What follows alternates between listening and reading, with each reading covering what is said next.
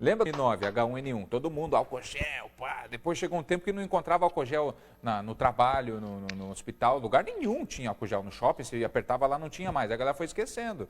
Enfim, tomara. Pega HIV. No início, todo mundo...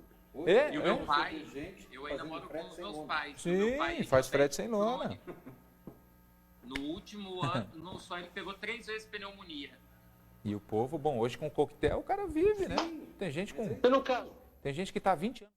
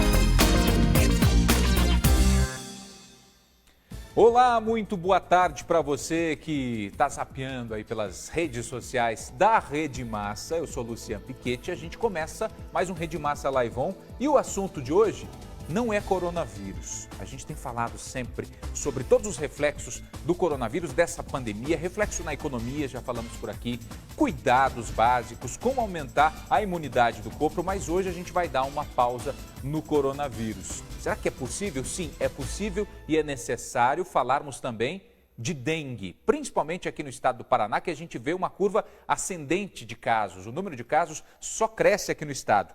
Olha só, o último boletim da doença, divulgado pela Secretaria de Estado da Saúde, confirmou mais de 102 mil casos de dengue aqui no Paraná. São 78 mortes por dengue, gente. Ou seja, dengue também mata e é preciso falar sobre esse assunto. E para a gente falar sobre esse assunto, nós vamos conversar com a Ivana Belmonte, ela que é coordenadora da Vigilância Ambiental da Secretaria de Estado da Saúde, está aqui na nossa live. Ivana, boa tarde para você, um prazer tê-la aqui. Boa tarde, satisfação também. Também com a gente na nossa live, os nossos colegas, os nossos amigos da Rede Massa, Gelson Negrão, ele que fala lá da Rede Massa de Londrina, apresentador. Gelson, boa tarde para você, prazer tê-lo aqui. Boa tarde, Luciano, boa tarde a todos, bem-vindos amigos internautas, conversa necessária e importante nesse momento. Com certeza. Daniel Petroski, também apresentador da Rede Massa de Ponta Grossa, pertinho aqui nos Campos Gerais. Dá quanto tempo de Curitiba a Ponta Grossa? 1h10, 1h30? Não chega 1h30 não, né?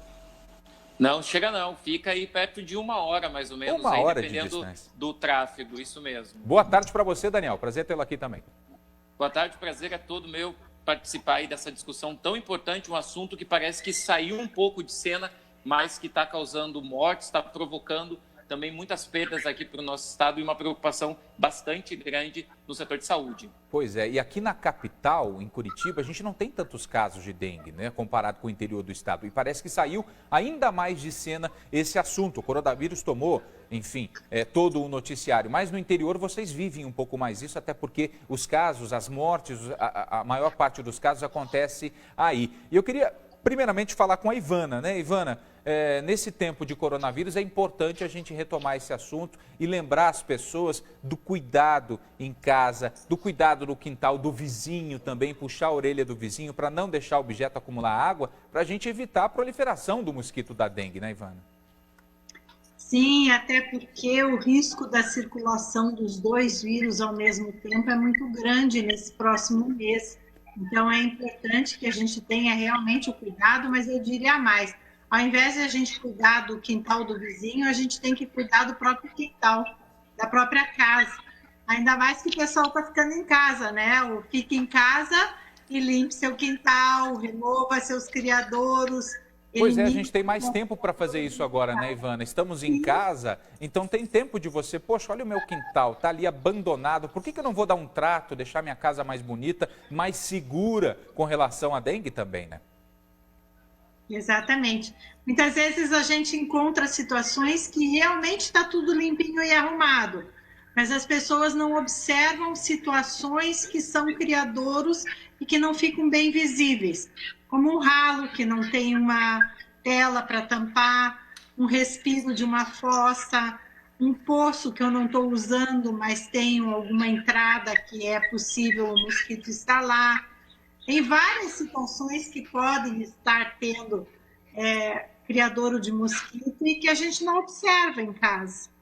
De fato, né? É importante a gente estar atento a isso tudo.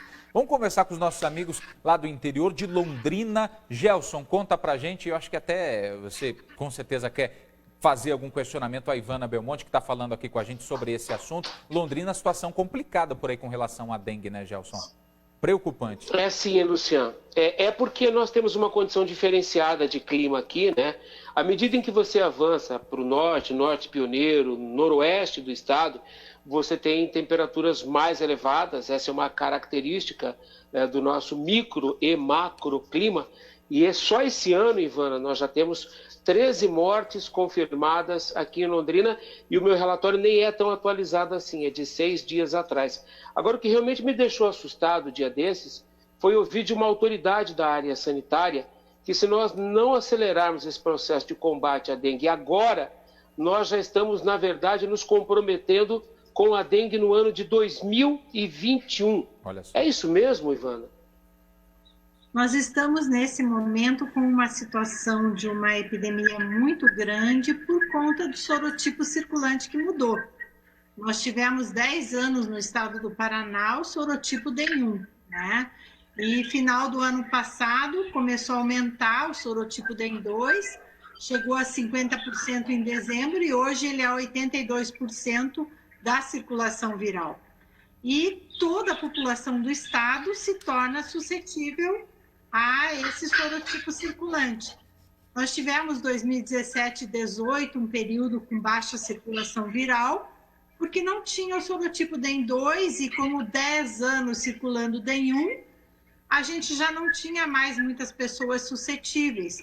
E aí acho que a população descuidou realmente e não se importou com a infestação vetorial, ela se mantinha alta e bastou a introdução de um novo sorotipo isso explodiu, né? E provavelmente não vai ser o único ano com casos elevados de dengue, ainda vem mais. Daniel, e a situação aí em Ponta Grossa? Qual que é o clima com relação à dengue? Também se esqueceu de falar do assunto, Daniel?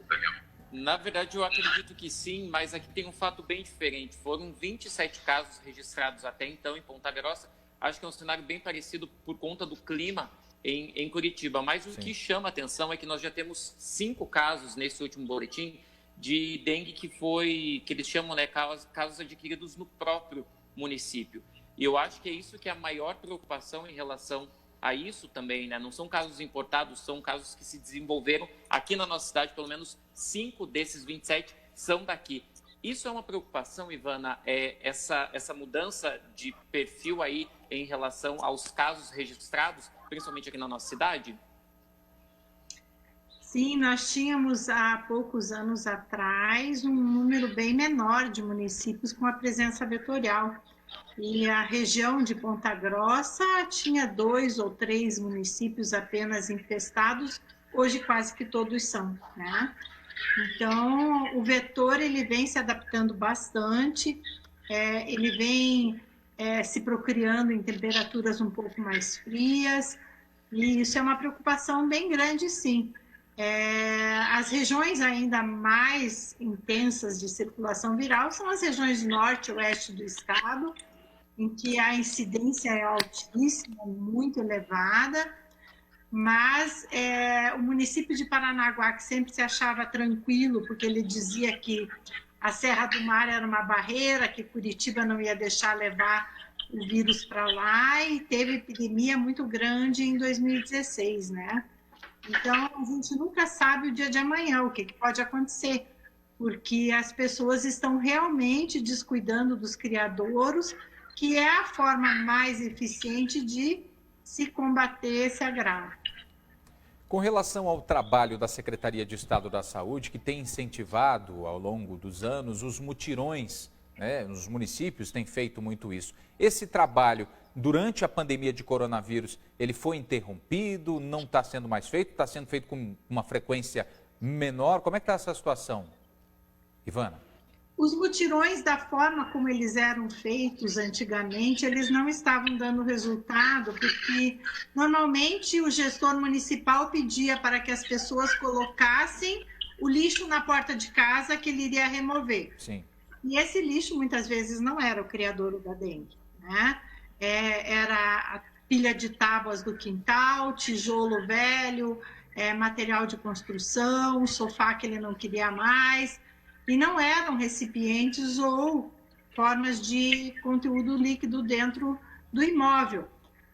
Muitas vezes aquele morador que guarda material para reciclagem, para ele é o ganha-pão, não é lixo, não é material que ele vai colocar fora. Então o criadouro vai continuar dentro do seu quintal. E nós trabalhamos esse ano em muitos municípios, até com o apoio do Exército também, fazendo uma busca mais técnica desses criadouros dentro do domicílio.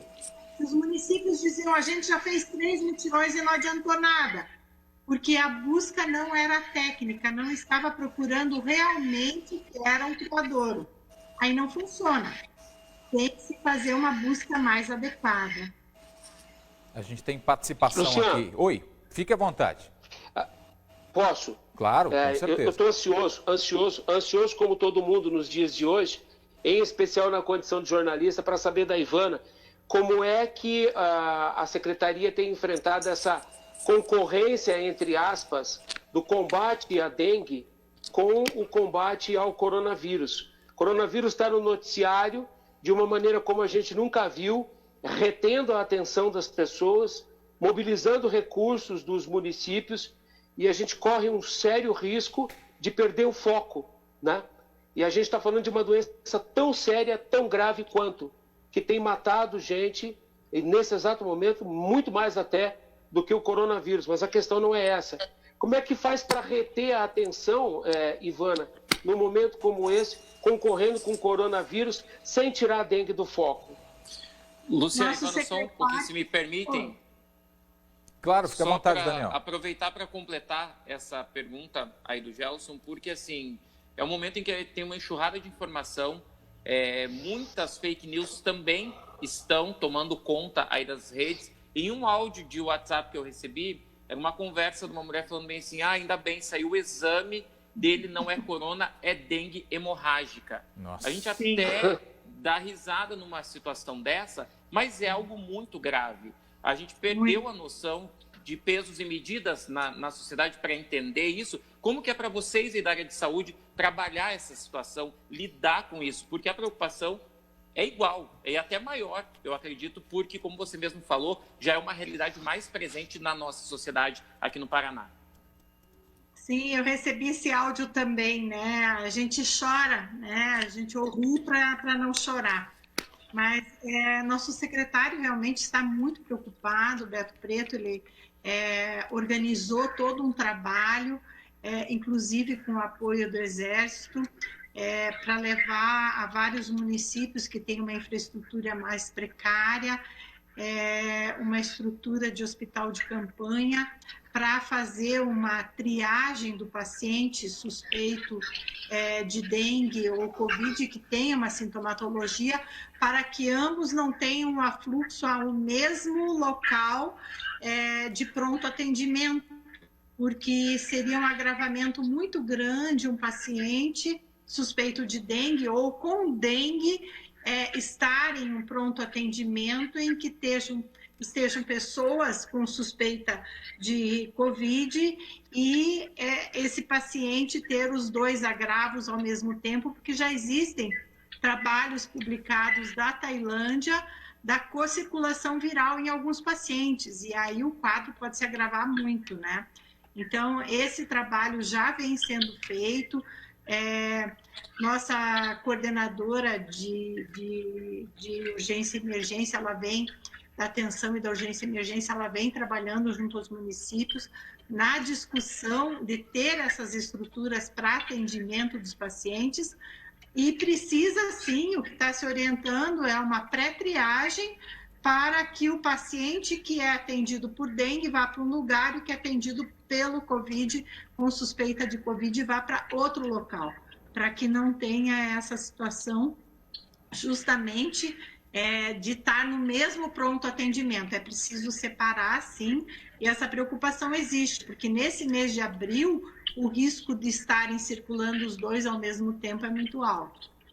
Ivana, a gente tem participação aqui na nossa live do Matheus, ele pergunta o seguinte, é uma dúvida de muita gente, né? Nesse momento de pandemia de coronavírus, que todo mundo orienta o seguinte, só vá ao hospital se você tem sintomas graves, né? Não procure o hospital, por exemplo, para uma consulta, para algo que não seja emergência. E aí ele pergunta, como faz para ir para o médico agora se eu tenho sintomas de dengue? Se eu acho que eu tenho dengue, qual que é a orientação? Até porque esses sintomas são semelhantes, os dois dão início com dor no corpo, dor de cabeça e febre alta, né? Sim. São semelhantes. Então, a orientação que nós estamos dando e entrando em contato com os municípios, já conversamos com o COSEMES, é que, da mesma forma que todos os municípios estão disponibilizando um canal de atendimento à população para orientação das pessoas com sintoma, o sintomático de dengue, que acha que pode estar com dengue, também entra em contato com esse telefone para saber aonde ele se dirige na suspeita de dengue. Porque realmente a orientação é esse atendimento, esse pré-atendimento, essa triagem, para que seja um atendimento em separado. E o paciente que é positivo de dengue, ele tem que ter um retorno diário na unidade de saúde.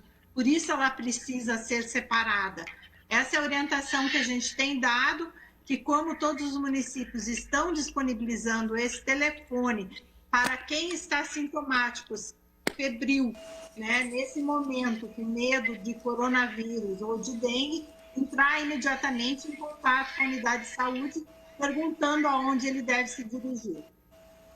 Perfeito. Ivana, a gente tem também um serviço que acho que é importante passarmos aqui, que serve para todo paranaense, que é o site seguinte, dengue.pr.gov.br. Nesse site, informação e também tem muita fake news sendo desvendada por ali, mitos sobre o mosquito. Eu queria que você falasse um pouco sobre esse portal e sobre alguns desses mitos que as pessoas, infelizmente, acabam acreditando e compartilhando também com amigos, com parentes nas redes sociais. Ok, esse nosso site, ele traz muitas informações e, inclusive, ele traz algumas formas de compartilhamento de informações e divulgações por redes sociais, por WhatsApp, por vídeos que podem ser compartilhados, entendendo-se a gravidade da situação da dengue, né?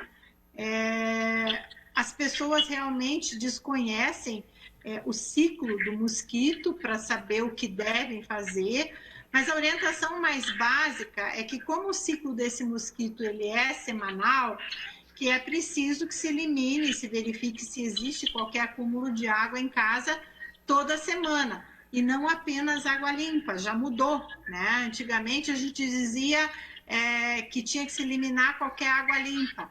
Nós estamos encontrando criadouros enormes em água de fossa, em caixa de gordura, várias situações de esgoto que o mosquito está se adaptando e em qualquer lugar que tenha água ele está se criando. Não precisa. Ivana, o que é pior? Dengue ou coronavírus?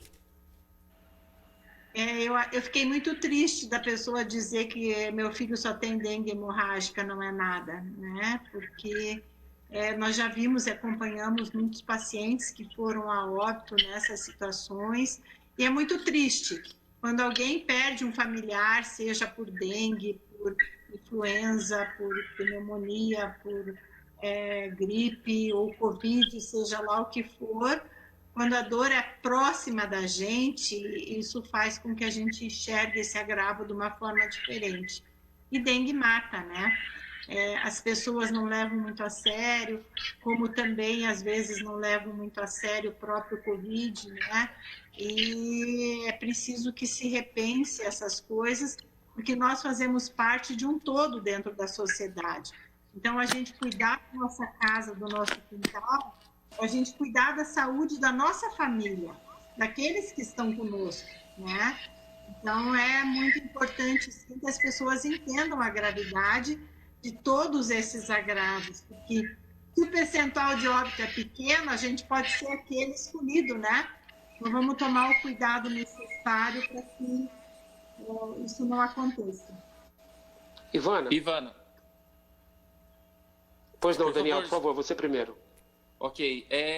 O álcool gel nos últimos dias, né, das últimas semanas, se tornou um artigo de luxo indispensável. Parece que as pessoas estão numa necessidade em ver, chegar em algum lugar, ter álcool gel. A gente está nesse movimento. Talvez um repelente também deveria entrar nesse mesmo artigo necessário no combate da dengue. Como que você avalia isso? Muitas vezes, quando nós falamos do uso diário e constante do repelente, nós fazemos alguns alertas.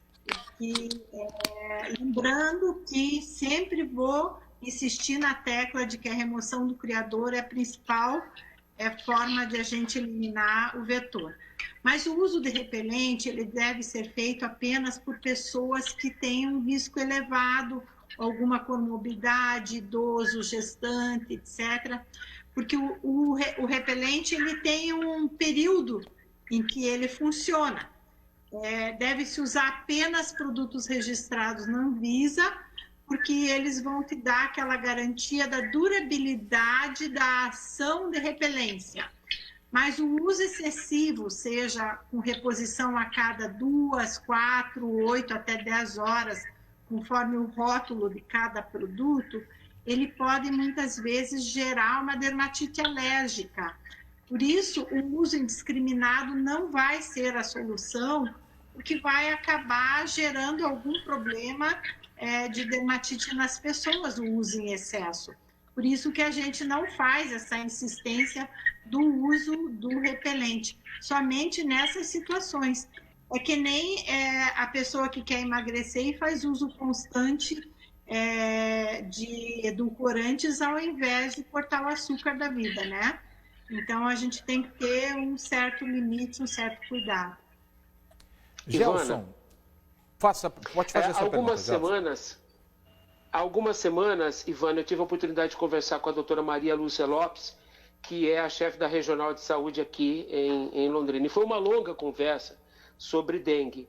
E ela chamou a atenção para um aspecto que a gente ainda ouve falar pouco, ou talvez não tenhamos ainda dedicado atenção a isso, que é um certo desalento das pessoas no pós-dengue, que o paciente sai da dengue, se recupera da dengue, mas que ele fica desalentado e que a dengue provoca um estrago enorme no organismo, na estrutura de defesa da pessoa. Eu gostaria que você falasse um pouco mais sobre isso e se há essa preocupação, e perdão por desvirtuar a nossa conversa, porque a gente está sentado em cima de uma bomba relógio e eu já estou propondo entender como é que ficam os pacientes no pós-dengue. Sim. Na verdade, apenas 20% das pessoas que têm a infecção viral manifestam algum sintoma, né? Um percentual muito menor teriam dengue grave e um percentual pequeno iriam a óbito. Mas, como a gente falou, pode ser algum familiar da gente ou a gente mesmo, né, que pode ter esse quadro agravado. A dengue, ela, quando tem uma sintomatologia mais intensa, a recuperação realmente, muitos pacientes relatam que demora meses para se sentir bem novamente, que dá uma impressão de que tem uma fadiga duradoura, né? Uma indisposição e uma fadiga muito grande. Perdão por interromper o seu raciocínio, Ivana, mas aí tem um aspecto importante, a gente não pode deixar de considerar, que uma pessoa doente de dengue, ela ocupa leito, ela deixa de trabalhar, quer dizer, a gente está vivendo um momento muito diferente agora em função do isolamento social, com a economia praticamente estagnada, mas em breve, se Deus quiser, nós retomaremos, mas o paciente de dengue, ele fica afastado do trabalho, ele demora para retornar ao trabalho, ele ocupa leito, quer dizer, ele consome recursos na área de saúde. Então, é um problema que se prolonga muito além do diagnóstico e do tratamento propriamente dito, né? Sim, exatamente. E é uma forma que, quando você tem uma doença, que quando você tem uma medida de precaução que você pode adotar, que vai proteger tanto a você quanto a tua família, por que não fazê-lo, né? Eu me questiono com a dengue há 25 anos no estado, por que ela só se amplia, as epidemias só são maiores e as pessoas não adotam as medidas simples e básicas que são tão importantes para a eliminação do vetor. Eu acredito muito que nas escolas com a educação ambiental, talvez para as futuras gerações, a gente mude o comportamento das pessoas, porque a dificuldade que a gente tem de fazer com que as pessoas entendam da importância dessa atitude de realmente não ter os focos de dengue dentro ou fora de casa, é difícil, é bem difícil esse convencimento. Ivana, e o que é triste também... Pode complementar, Daniel. Pode falar.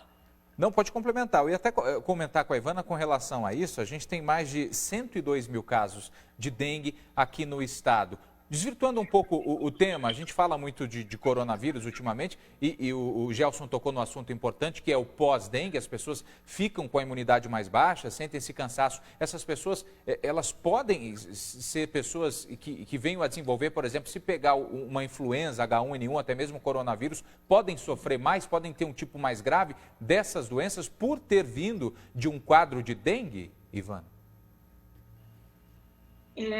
A preocupação maior é durante o período da infecção viral, em que a pessoa está com a viremia e possa ter associada outro agravo.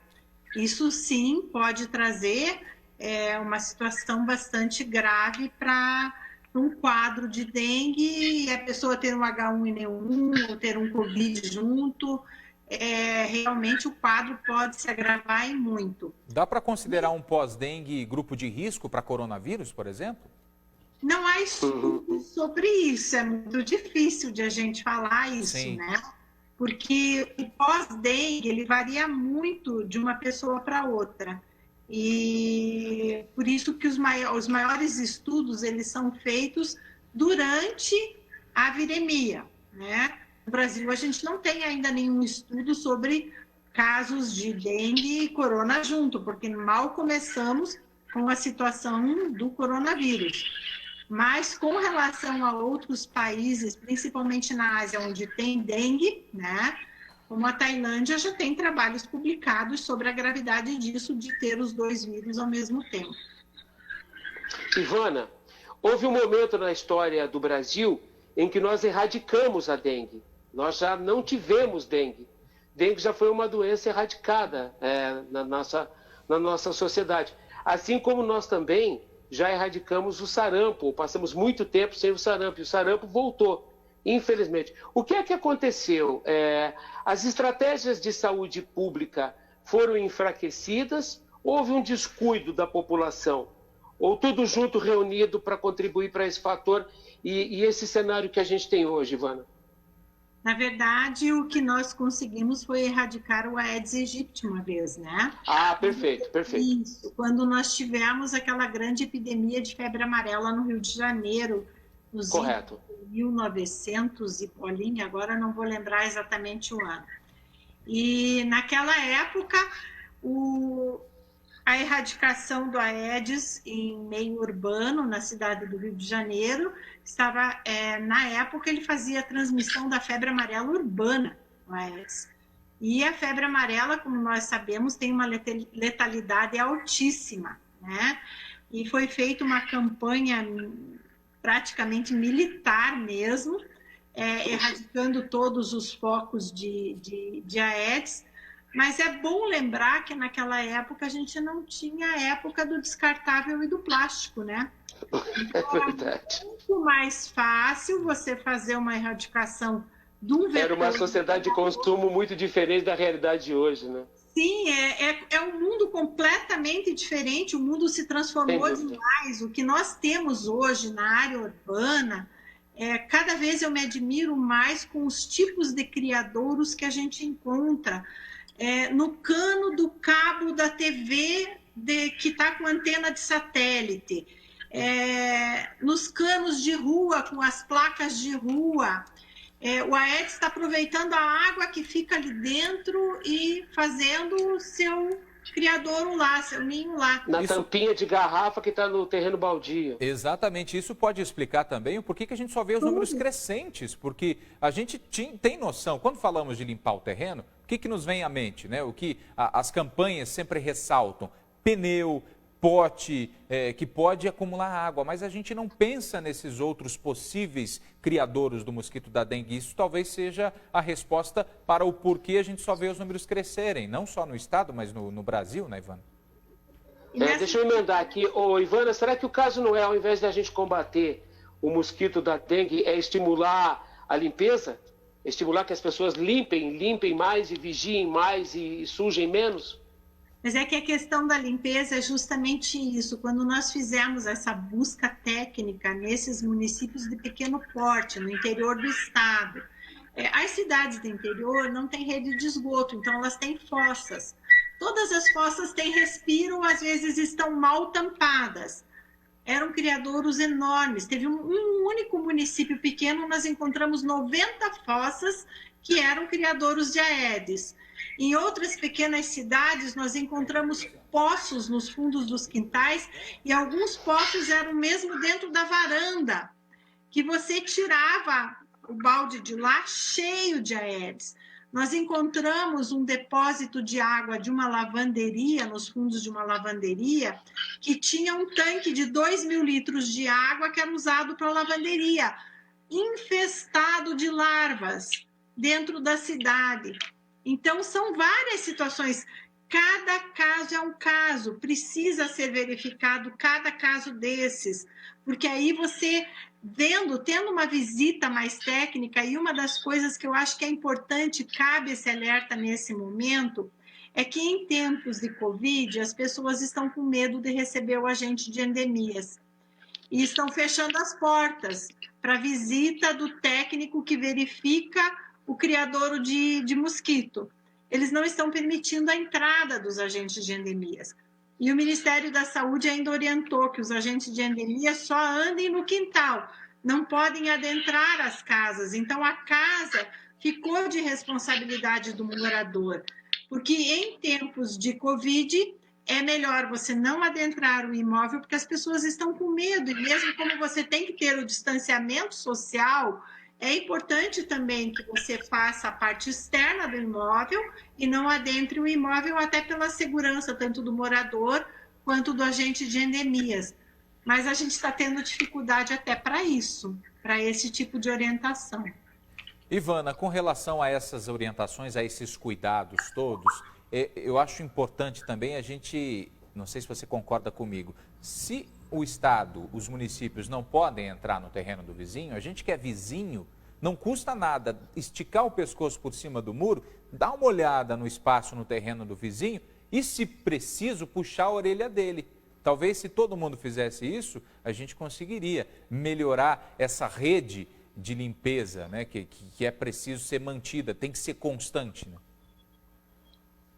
Eu ainda sou a favor de que cada um cuide do seu quintal, né, do seu nariz. Isso é muito importante. O problema é que as pessoas não fazem quadrado. isso, né, Ivana? E aí é preciso puxar a orelha, né? A culpa no vizinho, né? Eu penso assim que a gente não está olhando a nossa própria casa, a gente não olha mesmo.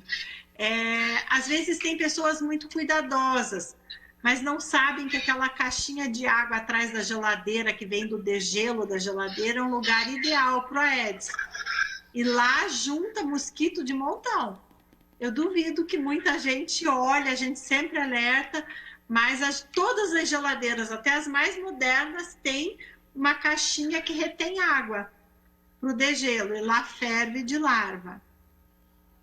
E como é que faz para controlar esse tipo de situação? A gente tem armadilhas escondidas por todo canto na nossa casa. Tem que ser uma vigilância constante. Não tem jeito, né? Tem que ser, não digo diária, mas semanal. A gente não pode fazer isso apenas no momento em que o fiscal vai lá, sanitário, e verificar como é que está a situação na nossa casa, né? O técnico vai a cada 2 meses. E o mosquito, ele se cria em uma semana. Quantos mosquitos, quantos ovinhos o mosquito consegue colocar? Quantos se proliferam aí? Uma ninhada de mosquito, quanto que vem, Ivana? Olha, o mosquito vai colocar centenas de ovos, mas ele não coloca tudo num lugar só. Ele vai distribuir em vários criadouros, 20, 40, 10 ovinhos, ele esparrama por vários locais. Isso é uma técnica de sobrevivência dele mesmo. Ele não vai apostar tudo num lugar só. Sim. Ele vai tentar vários criadouros. Mas ele não Ivana, vai longe. O governo do estado do Paraná, ali na reta final da gestão do Beto Richa, se não me falha a memória, na abertura do último ano de mandato do Beto Richa, fez um investimento importante em vacinas contra a dengue. E houve um debate enorme à época sobre a eficiência ou não. O Estado paranaense empregou alguns milhões de reais na aquisição dessas vacinas. Depois não teve adesão das pessoas. Com a sua experiência na área de saúde pública e, como você mesmo definiu, 25 anos lidando com dengue, vacina é uma alternativa? Ela é viável? Falta encontrar a fórmula adequada? Na época em que a Secretaria de Saúde do governo do Beto Richa Travou aqui. Da vacina, ela adotou por conta de uma epidemia que na época foi a maior que nós já tivemos, né? Foi uma epidemia muito grande e nós tivemos em apenas um mês na cidade de Paranaguá 29 óbitos, então foi bastante impactante. E apareceu a vacina da empresa, de uma empresa que fabrica vacina para todo o SUS, né? Uma empresa que faz vacina de várias outras que são adotadas no SUS, e foi registrada na Anvisa. Era uma vacina autorizada, liberada, e a estratégia de uso da vacina foi por conta da situação de risco que estava naquele momento, o enfrentamento, como hoje também ele existe. Por que não deu certo? Porque a efetividade, a eficácia dessa vacina é baixa, É uma vacina que ela dá uma proteção de 60%, 62%, é muito baixa, né? E outra situação que foi muito difícil foi a adesão da população, porque a faixa etária que você vacina para dengue com aquela vacina é o adulto jovem. Qual é o adulto jovem, né? Vamos perguntar para o Daniel, se costuma ir na unidade de saúde fazer alguma coisa? Não vai, o adulto jovem não vai. Você tem que ir atrás dele. Agora, pensa você ir atrás do adulto jovem para vacinar com 3 doses. Aí, depois que o Estado havia feito essa campanha, ainda saiu uma retificação da Anvisa que determinou que deveria se fazer um pré-teste antes. Então, teria que fazer um pré-teste, mais 3 doses a cada 6 meses. Em saúde pública é impossível. Ivana, tem mais uma pergunta de espectador aqui, o pessoal que está em casa, que diz o seguinte, é o Bruno. Ele pergunta sobre o número de municípios aqui no Paraná, em estado de alerta, e também com epidemia de dengue. Qual que é o panorama no estado hoje? E se a gente for comparar com outros anos epidemiológicos, como é que a gente pode dizer que está 2020? Nós estamos hoje com 189 municípios em epidemia e parece-me que 32 em alerta.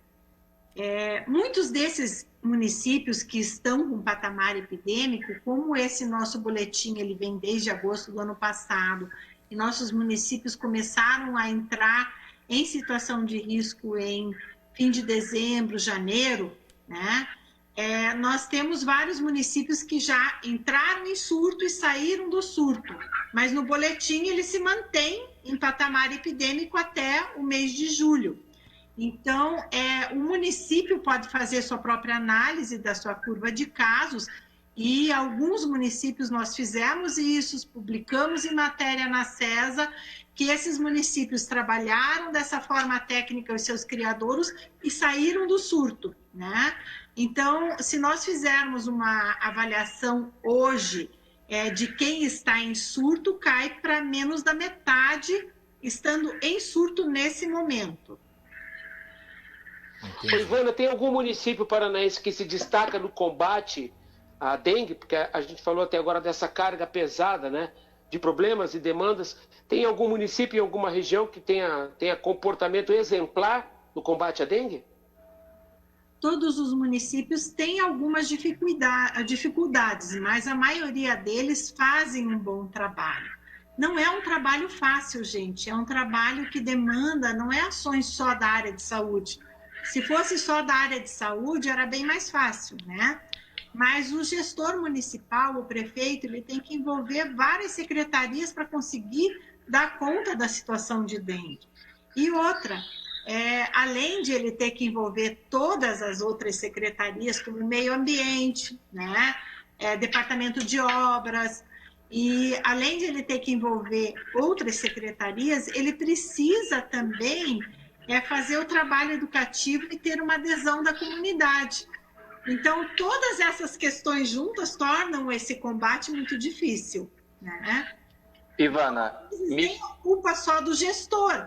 Ele envida vários esforços e tem dificuldade. A gente viu que alguns municípios conseguiram uma adesão, eu diria assim, uma adesão, né, da população utilizando de multas, né?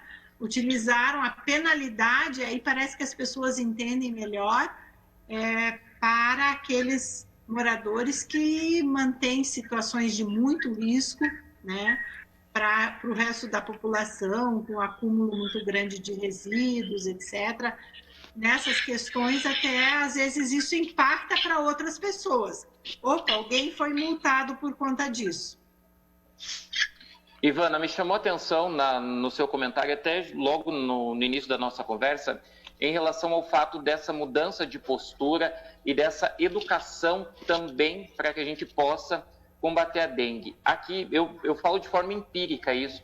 Eu já escutei vizinhos meus comentando, eu não vou deixar esse pessoal entrar na minha casa, o que esse pessoal quer fazer na minha casa em relação aos agentes que visitam, né, vão até as casas para ver se tem foco da doença, por que eles não vão atrás de outras coisas? Eu acho que essa postura da sociedade também precisa mudar. E eu acho que é muito importante o respeito pelo trabalho dos agentes que vão até as casas das pessoas.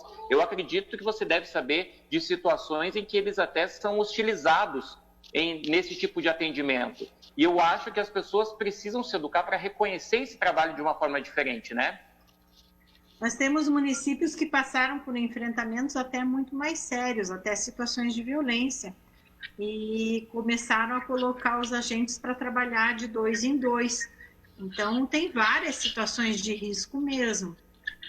O profissional que vai fazer essa visita, ele vai estar uniformizado, identificado, ele fornece um telefone de contato caso a pessoa tenha dúvidas para ligar para a gestão municipal, mas o conhecimento dele é muito importante, porque aquilo que eu disse para vocês, muitas pessoas não sabem realmente aonde está um criador escondido, né?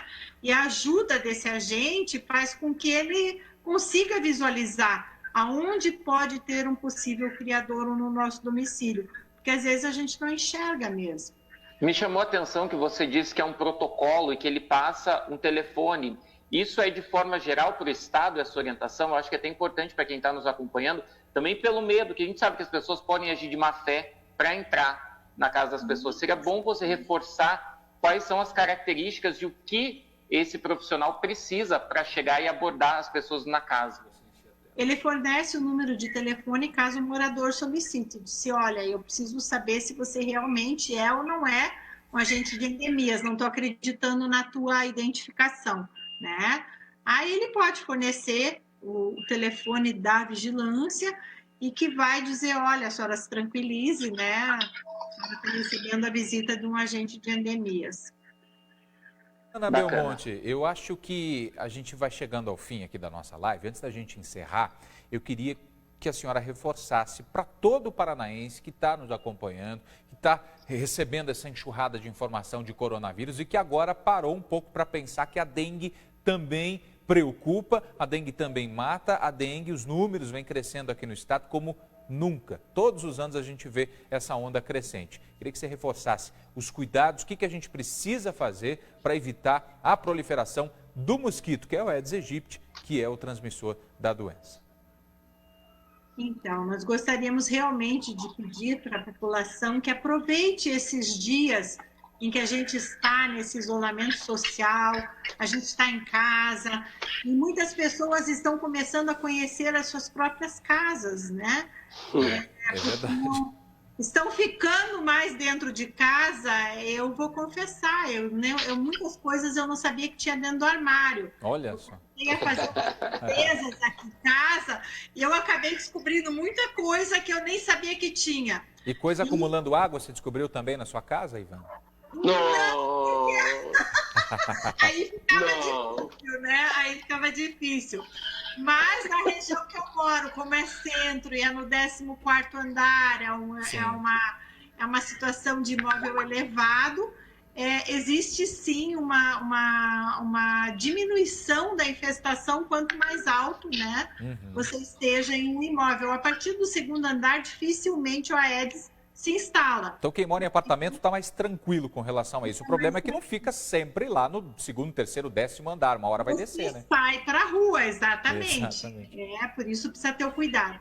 Mas como o ciclo do mosquito é semanal, a importância de eu verificar não só dentro de casa como fora dela também, todas as situações que possam acumular água, seja um ralo, atrás da geladeira, ar-condicionado, um vaso sanitário que eu deixo de usar, fica lá na área de serviço um vaso sanitário que não está sendo usado, ele é um pocinho de água, né? Então tem várias situações que é importante a gente observar. E fora de casa, olhar a calha do telhado, a caixa d'água se o respiro tem tela, a fossa se tem um respiro com tela, às vezes a gente tem calçada com ralo externo, tanque com guarda de água. Nesse período de muito sol e falta de água, as pessoas guardam um tanque cheio, balde de água, e várias dessas situações podem se tornar criadouros. Qualquer situação de acúmulo de água. E nem sempre precisa ser uma água em abundância. pouquinha água acumulada é o suficiente para o vetor se criar. E fazermos isso semanalmente, esse é um apelo. Está em casa? Vamos trabalhar também no combate à dengue. É isso aí, gente. A gente está em casa, quem consegue, né, estar em casa a maior parte do tempo, dê uma olhadinha no seu terreno, no seu quintal, na sua casa, não só no quintal. A Ivana deixou bem claro, olha, atrás da geladeira, por exemplo, a gente pode acumular água, ar-condicionado. Faça esse mutirão dentro da sua casa para a gente conseguir combater esse danado desse mosquito. Queria agradecer, Gelson, muito obrigado. Um abraço para o povo de Londrina. Até uma próxima, Gelson. Obrigado, Fabiano. Foi um prazer, Ivane, foi um prazer conhecê-la, tá? Satisfação também. Daniel, um abraço para você. Obrigado também pela participação. Um alô para o povo de Ponta Grossa aí. Valeu, muito obrigado a vocês pela oportunidade. Ivana, esclarecedora a sua explicação. Acho que o pessoal que está acompanhando a gente, os nossos internautas aí, precisavam desse toque aí mais simplificado mesmo, esclarecedor, direto, para tentar entender que a situação também é grave em relação à dengue e que medidas simples estando em casa vão fazer diferença. Muito obrigado, viu? Precisando, a gente está à disposição aqui em Ponta Grossa. Com certeza. E lembrando a você de casa, você que acompanhou, você que pegou a live no finalzinho, ela está disponível. A partir de agora você pode acompanhá-la desde o início para obter todas essas dicas, essas informações preciosas aí que a Ivana passou para a gente. Ivana, muito obrigado e até uma próxima oportunidade. Reitero aqui o que os meninos disseram, a Rede Massa está de portas abertas para conversar com você, para conversar com a Secretaria de Estado da Saúde, para falar de dengue e de outros assuntos relacionados à nossa saúde, que é o nosso bem maior, né, Ivana? Até uma próxima. Até. Secretaria de Saúde agradece. Tá certo. Gente, e é isso. Obrigado a você de casa que acompanhou a nossa live. Você pode acompanhá-la, como eu disse agora, na íntegra. Vai ficar disponível no YouTube, também no nosso site redemassa.com.br e, claro, aqui no Facebook. Um abraço para você, um bom feriadão, né? Amanhã, para quem não se lembra, sexta-feira santa, sábado de aleluia, domingo de Páscoa, feliz Páscoa para todos nós. E atenção, não somente aos cuidados com a higiene, com relação ao corona, mas também ao nosso quintal, à nossa casa, para a gente combater o mosquito da dengue. Até uma próxima, tchau!